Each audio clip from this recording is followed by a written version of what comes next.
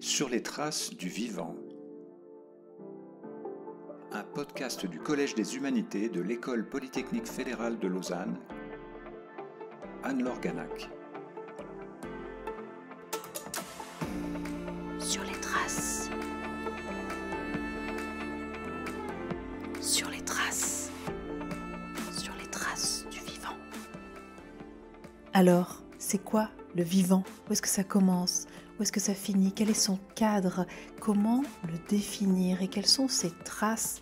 Je continue mon enquête sur les traces du vivant. Aujourd'hui, je rends visite à Christian Sachs. Il est maître d'enseignement et de recherche à la faculté des lettres de l'Université de Lausanne, section de philosophie. Il est également enseignant au Collège des Humanités de l'École Polytechnique Fédérale de Lausanne. Mais quel genre de philosophie exactement est-ce qu'il enseigne? Je suis spécialisé en philosophie des sciences, donc une réflexion conceptuelle critique des sciences, avec un intérêt plus particulièrement sur la biologie et peut-être encore plus particulièrement sur la biologie évolutive, la théorie de l'évolution. Donc on pose des questions générales comme que signifie ou que veut dire loi de la nature, quel est le modèle d'explication scientifique, c'est un peu des questions générales ou qui portent sur la causalité. Et ensuite, pour ce qui concerne la biologie ou la biologie évolutive ou la philosophie de la biologie, on pose des questions comme comment expliquer ou saisir des éléments clés de l'évolution biologique. Que veut dire la notion de fonction biologique? Est-ce qu'on trouve des dysfonctions ou est-ce que c'est plutôt influencé par un discours dans notre société? On peut facilement faire un lien entre biologie ou philosophie de la biologie avec la philosophie de l'esprit. Dans quelle mesure un débat toujours intéressant pour mes étudiants qui porte sur l'existence ou inexistence du libre arbitre et peut-être influencé par un progrès scientifique en neurosciences, etc. Sur les traces.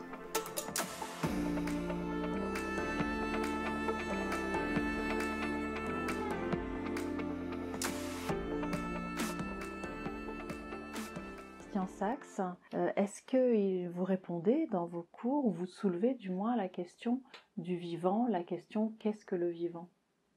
Oui, c'est une question classique. Faire une démarcation entre les entités vivants et non vivants. J'aime bien des schématisations sursimplifiées au tableau. Donc j'ai fait une grande patate, un grand cercle. Chacun doit un peu imaginer que dans ces cercles se trouvent toutes les entités qu'on trouve dans l'univers. Et on fait une sorte de sous-division de ce cercle. Il y a une sous-ensemble des entités vivantes et un sous-ensemble des entités non vivantes. Et c'est un peu la question comment définir, identifier cette ligne entre les deux, comment distinguer les deux sous-ensembles. Quels sont vos critères alors? Mes critères pour distinguer le vivant du non-vivant ou pour définir le vivant, on a des approches, des positions qui sont inspirées souvent par un cadre théorique. Donc si vous venez en tant que biologiste ou en tant que philosophe de la biologie, inspiré particulièrement par la biologie évolutive, vous comprenez le vivant en tant qu'unité de sélection, une entité ou un système qui est capable d'évoluer de manière darwinienne. Vivant est quelque chose qui peut s'adapter et c'est là où vous faites un peu la démarcation. Donc si vous trouvez quelque chose qui ne remplit pas la capacité d'évoluer, c'est pas vivant pour vous. Mais si vous avez un background plus physique, vous êtes tombé amoureuse de la thermodynamique, peut-être vous avez plutôt en tête que le vivant est quelque chose qui résiste à la croissance d'entropie. Il faut garder une sorte de déséquilibre, quelque chose que nous pouvons facilement faire en buvant le café sucré devant moi. Donc on est constamment en train de faire un input énergétique pour garder notre niveau, une sorte de différence d'énergétique ou structuration ordre avec notre entourage. Donc pour plus facilement peut-être répondre maintenant à votre question, pour définir le vivant, il y a plusieurs pistes, plusieurs définitions. Souvent c'est biaisé, influencé par votre background scientifique, par vos projets de recherche. Vous-même, Christian Sachs, quand vous êtes entré en philosophie, votre définition du vivant était différente de celle que vous avez aujourd'hui? Oui, ça on peut dire, disons, mini-anecdote. J'ai fait une thèse qui portait sur le réductionnisme, le rapport entre les sciences spéciales et la physique. Après une telle thèse et un projet de recherche assez conséquent, j'ai pensé qu'il me faut trouver encore d'autres débats, élargir un peu mon horizon. Et c'est là que j'ai approfondi un peu mes choses dans la biologie évolutive. Et tout au début, donc en 2011, quand j'ai rédigé mon premier livre pour mes étudiants ici, j'étais bien inspiré par une vision simpliste de l'évolution biologique, quelque chose inspiré par aussi Richard Dawkins, un génocentrisme, unité de sélection, c'était un peu ça qui était clairement pour moi la définition du vivant. Et maintenant, dans mon projet de livre publié l'année dernière, je me suis dit, il faut qu'on ait un peu plus de place aux autres voies qui sont différentes. Donc j'ai un peu pris le temps pour approfondir un peu la question de l'émergence du vivant, avec des théories et des éléments plus chimiques, physiques, géologiques. Et je me suis rendu compte que c'est aussi fascinant et défendable que ma position.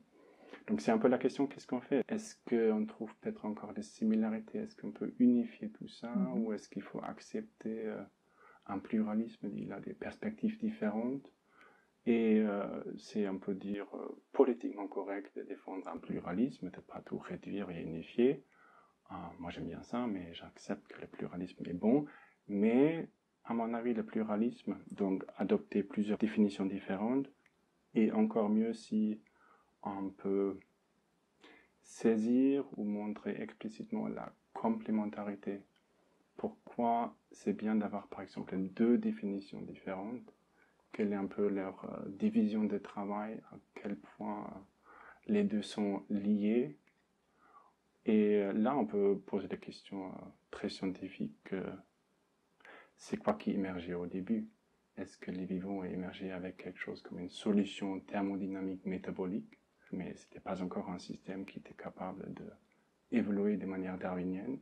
Et au fil du temps, un peu des protocellules ou proto-organismes ont obtenu pour une raison ou une autre la capacité de muter, de s'adapter. Et c'est un peu la deuxième phase. Vous pouvez nous rappeler le titre de votre livre paru l'an dernier?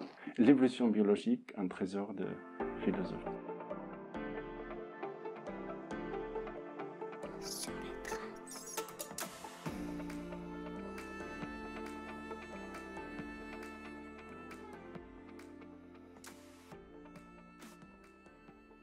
Quelle différence voir entre les concepts de vivant, de vie et de nature?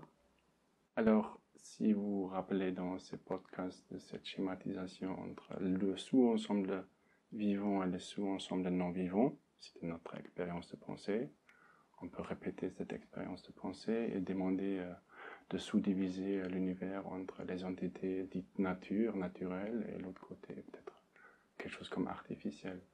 Et ensuite, on fait les choses un petit peu plus complexes maintenant. On vous pose la question comparée maintenant à ces deux exercices, expérience de pensée. Et on se rend compte que les entités dites naturelles, qui font partie de la nature, ça peut être quelque chose de non-vivant. Donc un électron qui se cache derrière la Lune, c'est quelque chose de naturel, mais c'est pas vivant. Plus intéressant peut-être, quelque chose qui est artificiel, ça n'implique pas forcément que c'est non-vivant. Pensez à tous les organismes qui sont génétiquement modifiés, l'intelligence artificielle, un film sur deux à Hollywood qui porte là-dessus nous rend évident que c'est clairement vivant, peut-être un peu trop vivant. Oui, mais le vivant donc n'émane pas nécessairement du naturel, c'est ça que Oui, vous oui, dites. et c'est intéressant d'y réfléchir.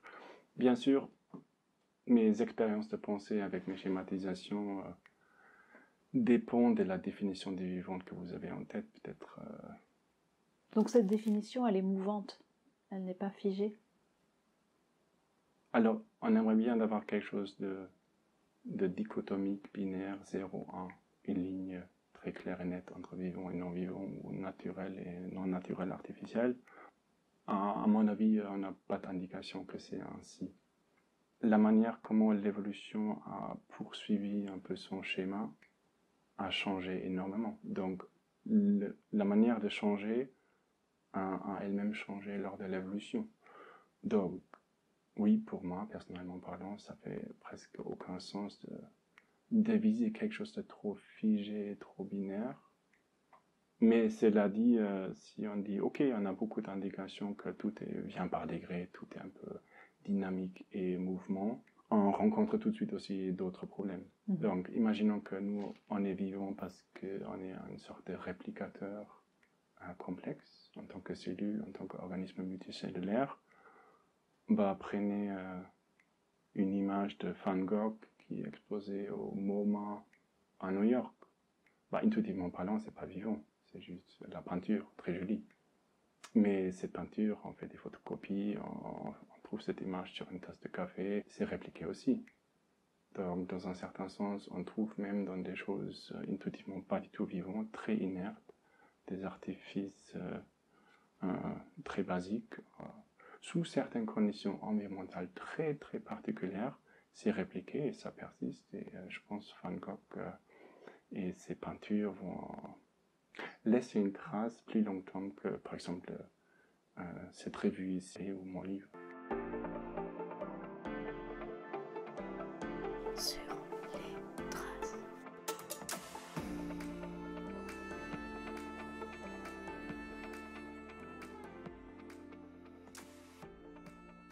Donc on arrive au concept de trace. Comment est-ce que vous l'entendez en tant que philosophe des sciences? Et quelle place tient-il, s'il en a une, dans la philosophie des sciences?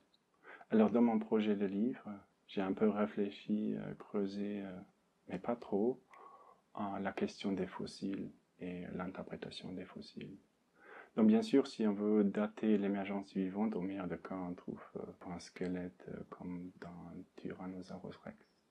Et bien sûr, l'émergence vivante n'avait pas ces types d'organismes avec quelque chose qui laisse un tel trace évident et robuste.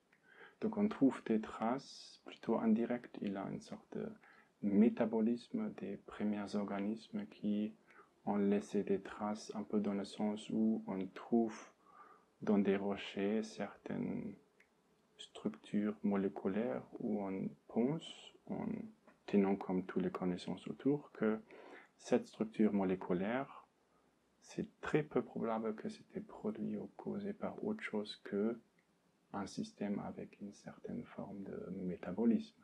Mais c'est tout controversé. Mais disons, on a des fossiles en tant que traces, ça tout le monde comprend. Pour ce qui concerne l'émergence vivante, on a des traces un peu plus indirectes qui font partie d'un débat continu, mais qui est très intéressant pour peut-être une autre raison, quand il s'agit de la question de estimer la date de l'émergence du vivant. On a maintenant, dans les dernières années, régulièrement un peu post-daté l'émergence. Donc on a commencé avec, 1 milliard, ensuite on était à 2,8 milliards, ensuite 3,5, maintenant on est parfois à 4,28. C'est controversé, mais quand même il y a une sorte de tendance que très probablement la vie émergeait beaucoup plus tôt qu'on a pensé. Et pourquoi c'est intéressant? Sous condition que ces traces sont interprétées de manière correcte, ça c'est un peu ma prémisse ici, ça veut dire que tout de suite, quand la Terre était un peu suffisamment froide, donc pas juste une sorte de grand volcan, la vie émergeait. Et il faut un peu réfléchir ce que ça pourrait impliquer, que c'est pas tellement improbable et miraculeux que la vie émerge une fois il y a certaines conditions qui sont mises en place. Donc il a cette progrès scientifique par rapport à identifier les traces primaires de l'émergence du vivant nous pousse aussi au niveau philosophie des sciences à réfléchir à quel point l'émergence du vivant ou le fait que le vivant existe chez nous, sur d'autres planètes, dans d'autres galaxies, est en fait quelque chose quasi inévitable en fait. C'est ça un peu l'exagération. Donc c'est pas un miracle que la vie ait émergé, mais sous certaines conditions, facilement obtenables, c'est inévitable que la vie émerge. C'est peut-être juste la forme que la vie a pris maintenant chez nous, qui est un peu contingente, mais les vivants en tant que tels n'est pas un miracle.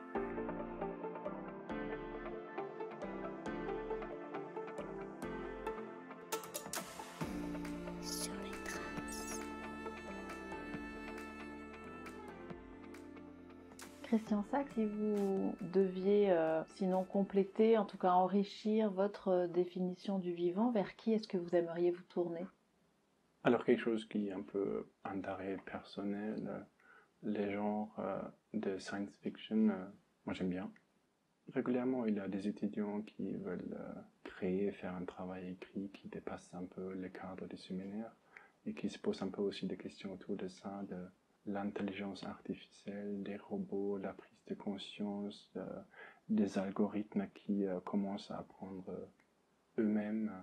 Et dans quelle mesure ces scénarios plutôt science fiction peut nous dire quelque chose sur les débats un peu plus classiques, la définition des vivants. Souvent, on est inspiré par ce que nous connaissons. On pense que la transmission héréditaire sur la base des gènes fait partie intégrale du vivant. Mais non, dès qu'on trouve une certaine argumentation qu'un ordinateur, un certain logiciel, un certain algorithme peut bien être vivant, on voit très bien que en fait, c'était pas une condition nécessaire.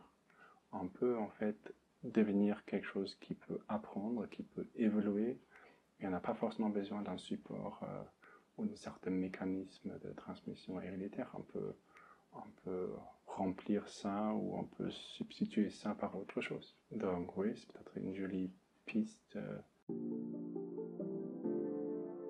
Merci beaucoup. Merci à vous. Sur les traces.